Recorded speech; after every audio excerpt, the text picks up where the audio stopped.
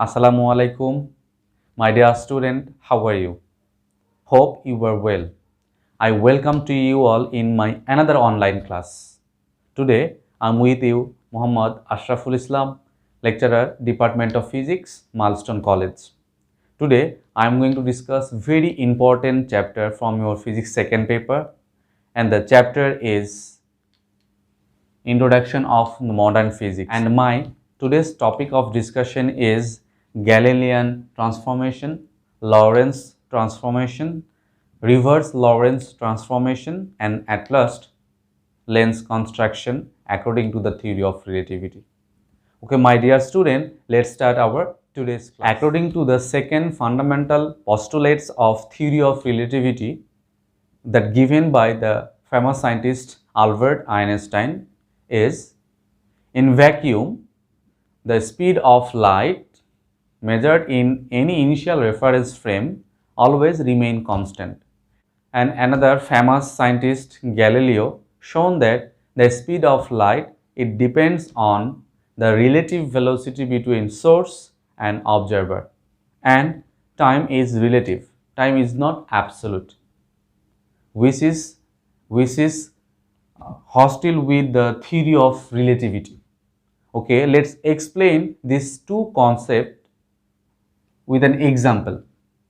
You can see here the first person, that means the red person, which moves with 20 meter per second velocity from left to right. That means in 1 second the travel distance of the first person will be 20 meter.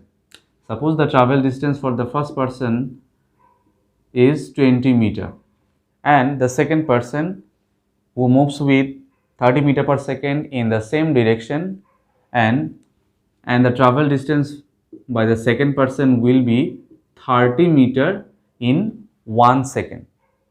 So now tell me, what is the distance from this position of the person and this position? So the distance between these two positions of this person will be here 10 meter. Now if you ask you what is the velocity of the second person with respect to the first person, your answer would be 10 meter per seconds. So we can say the velocity of the second person with respect to the first person is 10 meter per seconds, and this velocity is called relative velocity. Now we will see what will happen in case of the speed of light. Suppose this person starts moving from 2 into 10 to the power 8 meter per seconds from this origin position. That means the person travels 2 into 10 to the power 8 meter in 1 second.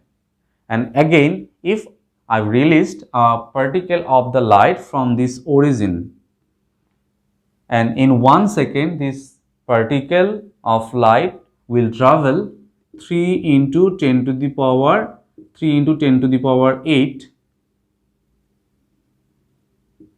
10 to the power 8 meter, because the speed of the light is 3 into 10 to the power 8. So in 1 second the travel distance by the particle of the light will be 3 into 10 to the power 8. Now if you want to calculate the difference between two positions, so it will be 1 into 10 to the power 8 meter. Now the velocity of the light with respect to the velocity of the person will be 1 into 10 to the power 8 meter per seconds. 1 into 10 to the power 8 meter per seconds, because this is the difference between two velocities. So according to the Galileo's law, we can say the relative velocity between the person and the light is 1 into 10 to the power 8 meter per seconds. But if we consider this person is in rest in this origin position and the light start moving from the forward direction. So after 1 second, the distance between the person and the light will be 3 into 10 to the power 8 meter per seconds. So we can say if the person start move from this position with a velocity of 2 into 10 to the power 8 meter per seconds, then the distance between two person will not be 2 into 10 to the power 8 meter per second. The distance from this light particle of the light and the person will be definitely 3 into 10 to the power 8 meter, because the speed of light doesn't depends on the relative velocity of the body. The strange character of the light is, if you run after the light with the same speed, then still it will keep you away 3 into 10 to the power 8. And again, if you run in the opposite direction of the speed of the light, then still it will keep you away 3 into 10 to the power 8. So from the above discussion, we can say the speed of the light doesn't depends on the relative motion of the observer. This is the fundamental postulates of the theory of relativity. But according to the Galileo's transformation, we can say the speed of light, it depends on the relative velocity of the observer. So all those reference frame move with close to the speed of the light need to modify.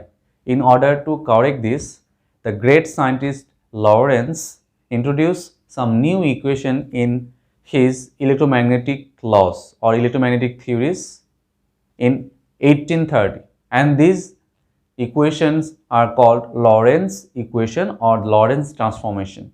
So before starting the Lorentz transformation, let's have a look Galilean transformation. First, let's start with Galilean transformation. In the figure you can see there are two reference frame. One is S, which is stationary reference frame. Another is S prime. S prime is moves with velocity v with respect to the reference frame S along with the positive x-axis. And at t equals to 0 seconds, the origin of these two reference frame S and S prime placed at the single point. And after t equals to t seconds, the reference frame S prime travel vt distance along with the positive x-axis. And now if an observer try to measure the coordinate of point P from this reference frame S, then he measured the coordinates is x, y, z, and the observer tries to measure the coordinates from this reference frame S prime. Then he measured S prime equals to x minus vt, because the total distance from the reference frame S to the point P is x and the travel distance of the reference frame S prime is vt. So if we subtract this S from, and vt, then we will get the displacement, that is x prime. But since the reference frame S and S prime moves along the x-axis, so there will be not change of y and z axis. So we can write here y prime equals to y and z prime equals to z. And according to the Galileo's transformation, we know here time will remain constant. That means the time for in the both reference frame will remain same. So we can write here t prime is also equal to t. So these are the equation of Galilean transformation, and this equation only applicable for if the reference frame S prime moves with a constant velocity v, which is very less than the speed of light. But if the reference frame S prime moves with close to the velocity of the light, then this law is not applicable. We need to change this equation. Suppose the observer from reference frame S prime doing a work during 15 minutes. Suppose this observer doing a work during 15 minutes. But from another reference frame, this person or this observer measured this time is more than 15 minutes. It's maybe 15 hour, it's maybe 16 hour. That means it's maybe 15 minutes that that measured the first observer from the reference frame S prime. So we can say here time from the both reference frame is not constant. This is the theory of relativity of time. And According to the Galileo's transformation, we can see here time for both reference frame is constant. So according to the Lorentz transformation, here time will be changed. So according to the Lorentz transformation, the coordinate will be x prime equals to x minus vt divided by root over 1 minus v square divided by c square. And as this two reference frame S and S prime moves along with the positive x-axis, so there will be no change in y-axis and the z-axis. So the second and third equation will be y prime equals to y. That means there is no change in y and there is also no change in z-axis. So we can write here z prime equals to z. And finally, the time for the both reference frame will not be same, and the time will be t prime. That means from the reference frame S prime, the observer measured the time, which is t prime equals to t minus vx divided by c square divided by root over 1 minus v square divided by c square. So these are the equation of the Lorentz transformation. Now let's see the reverse Lorentz transformation. And the reverse Lorentz transformation will be just reciprocal to the Lorentz transformation. And the coordinates, the first coordinate will be x equals to x prime plus vt divided by root over 1 minus v square by c square. You can see in our Lorentz transformation, we have the value of x prime and here we have the value x. That means it will be reciprocal. It will be reciprocal of the Lorentz transformation. And if the reference frame S and S prime moves along the x-axis, so there will be no change in y and z axis. So we can write y equals to y prime. Similarly, z equals to z prime, and time for the both reference frame are different. So the time will be t equals to t plus vx divided by c square divided by root over 1 minus v square divided by c square. So these are the equation of reverse Lorentz transformation. I hope all of you have understood. Now I would like to discuss very important topic, length contraction according to the theory of relativity. In this figure you can see there are two reference frame. S is the stationary reference frame and S prime is the moving reference frame, and this S prime reference frame moves with a velocity v which is close to the velocity of light with respect to the reference frame S along with the positive x-axis.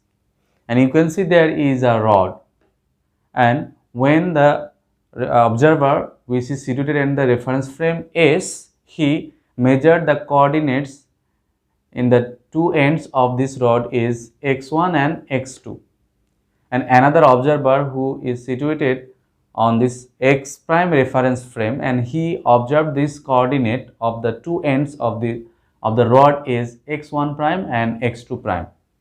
So the length for the first observer will be L0 equals to x2 minus x1, and as the second observer he moves with a constant speed which is close to the speed of light, so he measured the length of this rod is x2 prime and minus x1 prime, and this L naught, that means initial length or the stationary length, will be greater than L. So we can say when a person move with a speed close to the speed of light, then he measured the length of the rod, which is less than the initial length of the rod. So this is called length contraction. Now let's see another example. You can see this is a marker in my hand.